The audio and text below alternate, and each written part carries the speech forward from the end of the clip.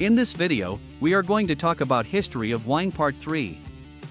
So before starting this video, like this video and subscribe to our YouTube channel for future updates. Number 7. The Roman wine journey. A Greek colony that had grown strong enough to become independent of the Greeks about the year 1000 BC was the next group to begin viticulture and the actual development of the grape. Around that period, this group started their work. If you haven't guessed by now, I'm talking about the Romans. The Romans made great advances in winemaking research. They made tremendous progress in classifying a wide range of grape varieties. They were also in charge of the invention of the wooden wine barrel. This was a huge step forward since the kind of wood used in the barrel's construction imparts its own specific characteristics to the wine. Because of the barrels, the wine is permitted to lose part of its volume via evaporation throughout the aging process. Returning to the process of aging in caskets while studying the French, it is vital to remember that the Romans set the framework. It is also said that the Romans were the first to keep wine in glass bottles. The oldest wine bottle in the world, unearthed in 325 AD, has been dated. Despite the fact that corking was already in use, the Romans preferred to keep their wine fresh by placing olive oil on top of the bottle. They also classified a large number of grape-related disorders. The Romans first despised wine and sent it over the Alps to the barbarian Gauls, who embraced it. Because of their military background, the Romans enjoyed beer and mead. Wine did not take off until the fall of Carthage in 146 BC, when they also captured Carthage and obtained the earliest book on wine manufacture. There will be well-defined wine-producing areas in another century. Falernian and Caecuban districts seem to have been the most pleasing, but they were destroyed within 50 years as a consequence of Neronia's public works efforts. If the wine was as magnificent as it is alleged to have been, it would be irrefutable proof that Emperor Nero's mental health was in disarray. The Romans, like the Greeks, relished hosting drinking parties complete with intellectual debates and poetry readings. During these festivities, the Romans had a specific predilection for getting very drunk, and the appearance of dancing girls and orgies was also a typical aspect of the evening's events. The master of ceremonies selects what kind or combination of wine will be supplied, how much water will be added to the wine, and what toasts will be offered. In a word, he held the meeting's most coveted position. These feasts were attended by the affluent, but even the impoverished were given wine in proportion to their wealth. Muslim, a beverage produced by combining honey and cheap wine, was offered in places like theaters and sports events. This vow was made by politicians seeking for votes in the following election. Consider what would happen if our lawmakers followed suit. Wine was used for more than just drinking, it was also important in many different faiths. It was also consumed in enormous numbers during funeral feasts hosted at gravesites. Wine was poured through orifices in tombs built particularly for the aim of allowing the dead to celebrate with the living. Throughout its history, the Catholic Church has made extensive use of wine. Nobody knows what Roman wine tasted like, but we can get a good idea based on the flavor of wine made from grapes that have persisted to the current day, much like the Greeks. The Romans established a wine industry in every province they conquered, which included the bulk of Western Europe at the time. The Romans made their second significant contribution to the winemaking industry. As the Roman Empire grew in size, wines made in its provinces started to compete with those produced in Rome, most notably the wines of Portugal, which came to prominence as a wine-producing region. As a result, the Romans bestowed the distinction of naming it Lusitania after their goddess Lyssa, who ruled over wine, Bacchus. Because of the enormous amount of wine produced at the period, Emperor Domitian issued an edict in 92 AD ordering the removal of half of the grapevines grown outside of Rome. Number 8. Even monks were fans of wine. Because wine was required in the celebration of Holy Communion, monks, particularly Benedictine monks, advanced their understanding of wine. It was spread across Europe by the Church, which was primarily responsible for spreading the good news. The only problem was that the wine they gave out had a lot of water in it, which was done since the Church frowned on drunkenness, spoilsports. After a while, members of the French aristocracy joined the Church's efforts to manufacture wine. While Bordeaux had already been categorizing its finest red wines by 1725, an official price categorization for the region's wines did not exist until 1855. According to this classification, the wines were divided into up to 5 separate classes known as crus. All of this came to an abrupt end with the start of the French Revolution in 1789, and by the time it was over in 1799, power had been returned to the people. But, maybe more importantly, the vines were as well. When the newly founded French Republic abolished feudalism, the Catholic clergy and nobles in France lost all of their feudal powers. Those nobles arrested and unable to flee had their heads cut as a punishment.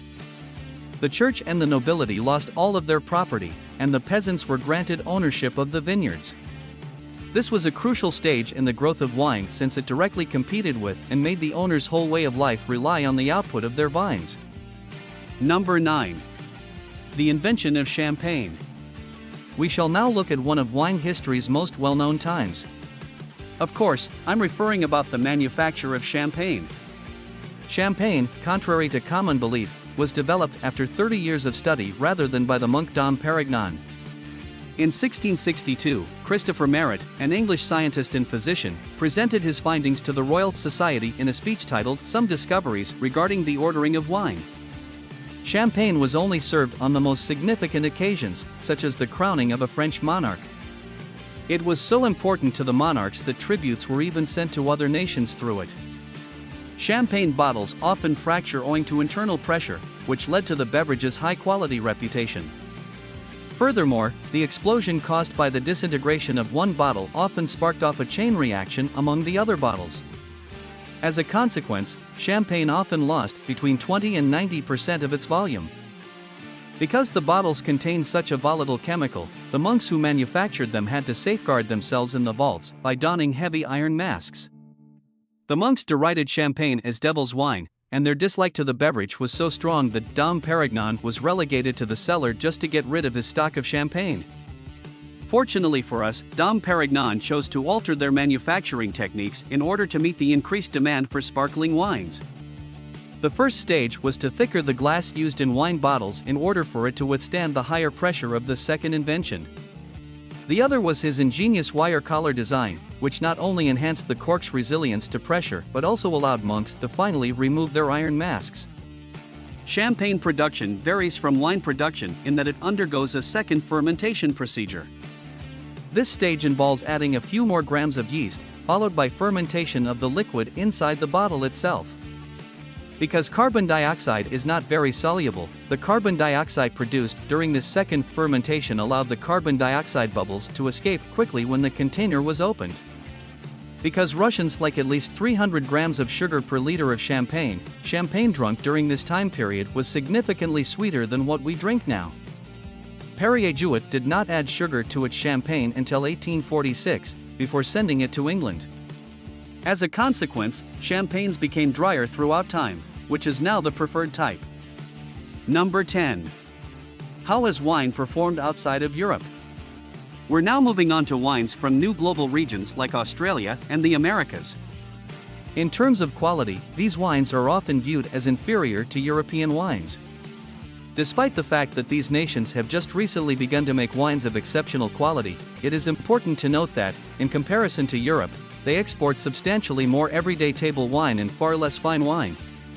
The histories of the Americas and Australia are short since they are young nations. As a consequence, the financial statements will be condensed. The Spanish were the first to import wine to South America for religious reasons. Wine was introduced to North America by European colonists fleeing religious persecution and seeking a new life. It should come as no surprise that there were a substantial number of Catholics there, and as I've previously shown, the Catholic tradition around wine is pretty old. The state of California now produces the most wine in the United States. Unlike in France, where wines are often called for the place in which they were produced, wines in the United States are named by the kind of grape used in their production. Wine was first derided as being too European, which was, of course, undesirable in the newly formed United States of America. Even if they wanted to make wine, they just didn't have the time since they were so preoccupied with taming their new surroundings. Wine's popularity has not increased considerably, and the majority of Americans continue to prefer beer. Only 30% of the general public feels that drinking wine is a much more pleasurable experience. The great majority, 75%, of these customers' wine is produced in the United States. As can be seen, the American attitude to wine contains vestiges of its previous protectionist tendencies. Similar obstacles arose in the early stages of wine production in Australia, due to the fact that it, too, was a newborn nation that had to begin its life in even more hostile conditions. The design of their oak barrels for the maturation of good wine is the only significant achievement that these nations can boast. Previously, it was assumed that French oak was the most effective in imparting flavor to wine. This was mostly due to the use of oak barrels made from American oak, as well as oak from other areas, but the influence of the wood on the wine was too strong. The issue was later shown to be caused not by the wood itself, but by the procedure utilized to make the barrels.